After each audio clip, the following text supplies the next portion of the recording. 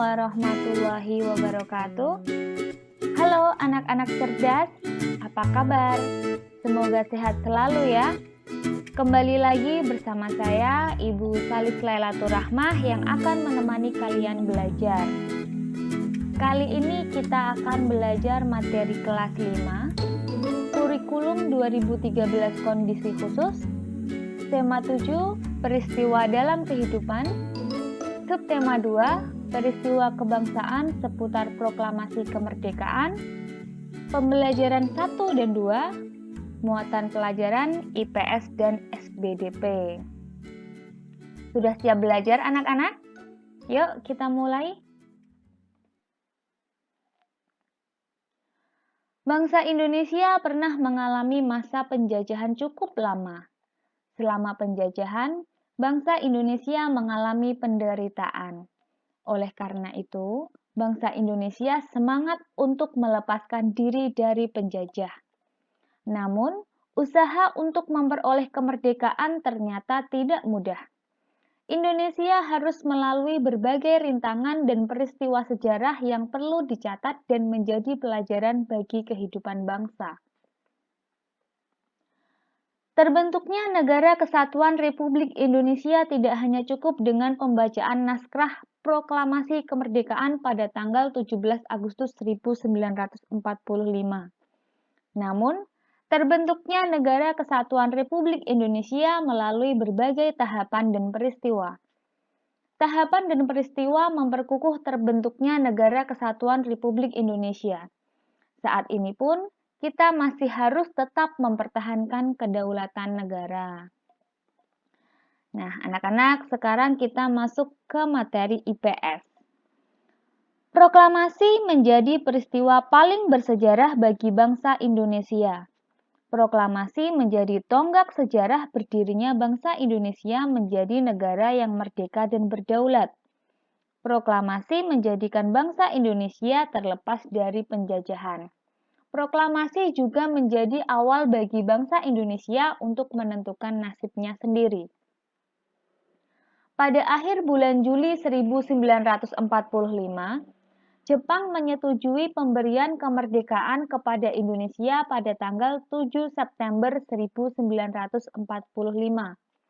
Namun, pada tanggal 6 dan 9 Agustus 1945, bom atom dijatuhkan sekutu di kota Hiroshima dan Nagasaki.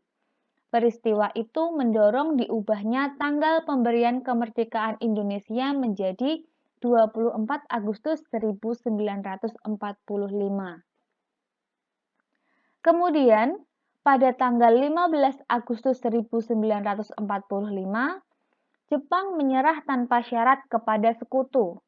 Akibatnya, terjadi kekosongan kekuasaan di Indonesia. Kesempatan inilah yang kemudian dimanfaatkan oleh bangsa Indonesia untuk memproklamasikan kemerdekaan. Peristiwa pembacaan teks proklamasi. Pembacaan teks proklamasi kemerdekaan dilaksanakan pada hari Jumat tanggal 17 Agustus 1945. Sejak pagi, telah dilakukan persiapan di Rumah Insinyur Soekarno untuk menyambut proklamasi kemerdekaan Indonesia. Banyak tokoh pergerakan nasional beserta rakyat berkumpul di tempat itu. Mereka ingin menyaksikan pembacaan teks proklamasi kemerdekaan Indonesia. Sesuai kesepakatan yang diambil di Rumah Laksamana Maida, para tokoh Indonesia menjelang pukul 10.30 waktu Jawa zaman Jepang atau pukul 10 waktu Indonesia Barat telah berdatangan ke Rumah Insinyur Soekarno. Mereka hadir untuk menjadi saksi pembacaan teks proklamasi kemerdekaan Indonesia. Acara yang disusun di kediaman Soekarno antara lain sebagai berikut. 1. Pembacaan teks proklamasi kemerdekaan Indonesia. 2. Pengibaran bendera merah putih. Dan yang ketiga, sambutan Wali Kota Suwiryo dan Dr. Muwardi. Upacara proklamasi kemerdekaan berlangsung tanpa protokol. Latif Hendraningrat memberi aba-aba siap kepada semua barisan pemuda. Semua yang hadir berdiri tegak dengan sikap sempurna. Suasana menjadi sangat hening. Insinyur Soekarno dan Dr. Andes Muhammad Hatta dipersilahkan maju beberapa langkah dari tempatnya semula. Insinyur Soekarno mendekati mikrofon. Dengan suaranya yang mantap, Insinyur Soekarno didampingi Dr. Andes Muhammad Hatta membacakan teks proklamasi kemerdekaan Indonesia yang telah diketik oleh Sayuti Melik. Berikut teks proklamasi yang diketik oleh Sayuti Melik. Proklamasi. Kami bangsa Indonesia dengan ini menyatakan kemerdekaan Indonesia. Hal-hal yang mengenai pemindahan kekuasaan dan lain-lain diselenggarakan dengan cara seksama dan dalam tempo yang sesingkat-singkatnya. Jakarta, hari 17 bulan 8 tahun 05 atas nama bangsa Indonesia, Soekarno-Hatta.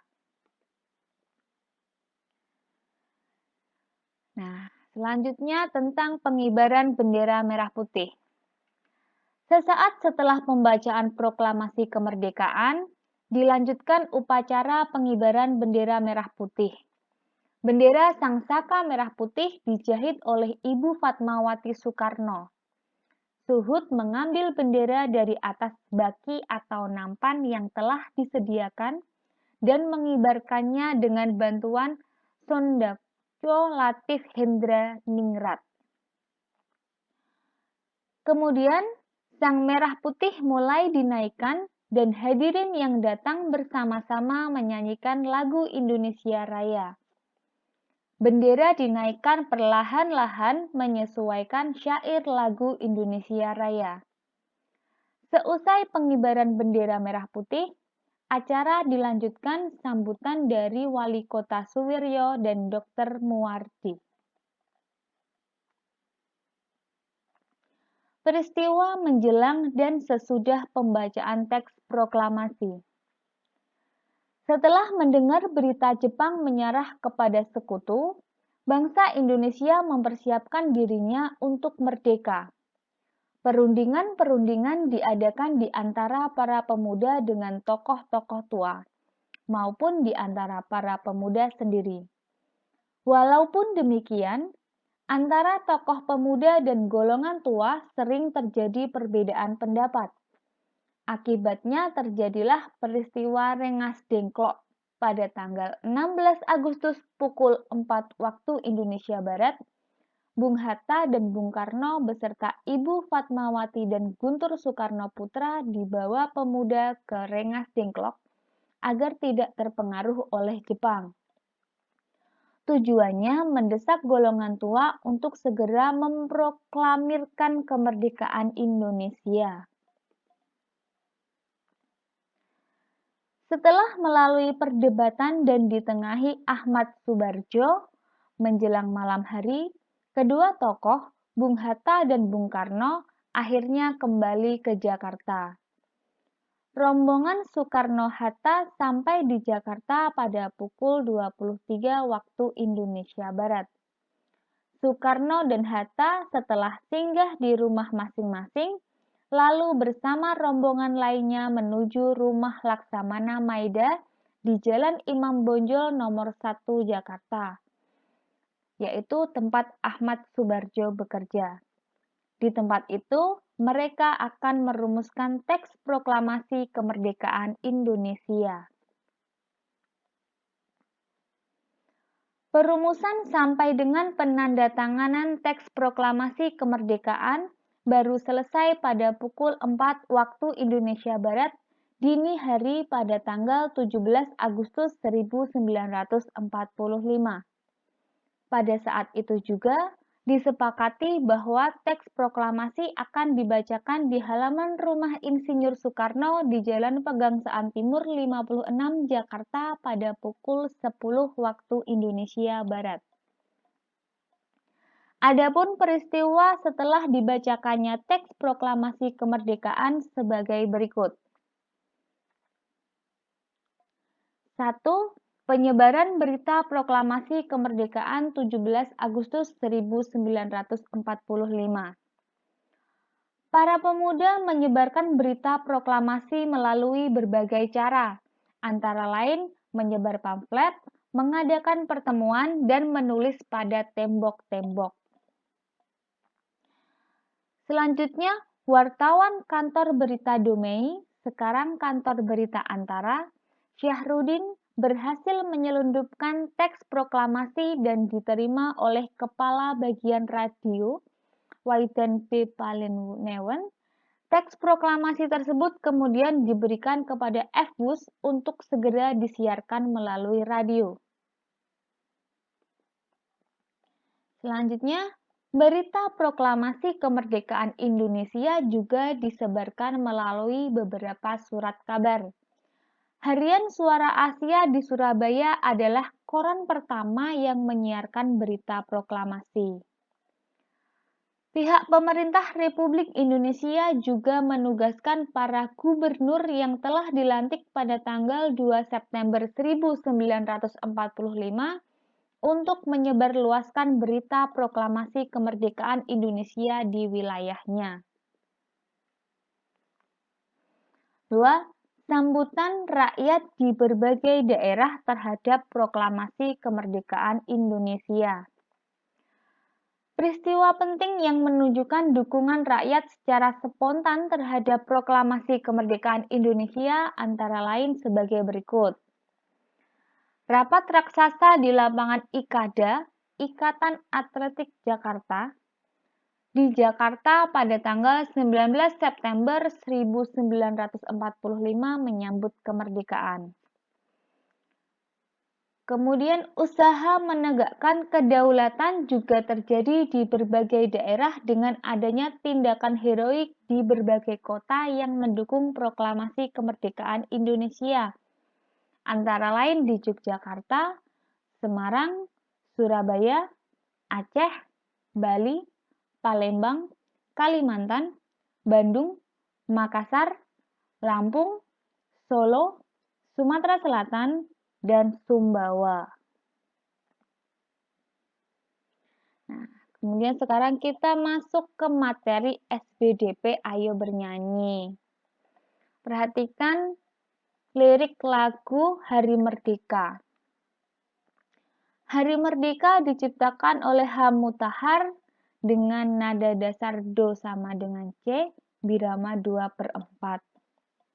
Kalian pasti pernah menyanyikan lagu Hari Merdeka, kan? Nah, dapatkah kamu melakukan gerak tari diiringi lagu Hari Merdeka di samping? Bisakah anak-anak? Ya, menurut jenisnya, ada 3 bentuk karya tari yang perlu kamu ketahui. Antara lain, yang pertama yaitu bentuk tari tunggal. Biasanya dilakukan oleh seorang penari saja. Kemudian ada bentuk tari berpasangan, biasanya dilakukan oleh 2 orang penari lawan jenis, laki-laki dan perempuan. Dan yang ketiga adalah bentuk tari berkelompok, dilakukan oleh 2 orang atau lebih penari. Gerak tari adalah serangkaian gerakan indah dari dalam tubuh manusia. Penampilan gerak tari akan terasa lebih indah jika ada iringan musiknya. Musik dan tari merupakan satu kesatuan yang tidak dapat dipisahkan. Musik dapat mengatur tempo gerak, sebagai pengiring, memberikan suasana, dan sebagai ilustrasi untuk mempertegas ekspresi gerak. Selain musik atau iringan tarinya, keindahan gerak tari juga dapat dilihat dari pola lantai saat penari memperagakan gerak tari. Tahukah kamu apa yang dimaksud dengan pola lantai? Pola lantai adalah garis-garis di lantai yang dilalui oleh penari dari perpindahan tempat satu ke tempat lain pada saat melakukan gerak tari. Nah, anak-anak, itu tadi materi belajar kita pada kesempatan kali ini. Semoga bermanfaat menemani belajar kalian di rumah. Sampai jumpa di video pembelajaran selanjutnya. Terima kasih. Wassalamualaikum warahmatullahi wabarakatuh.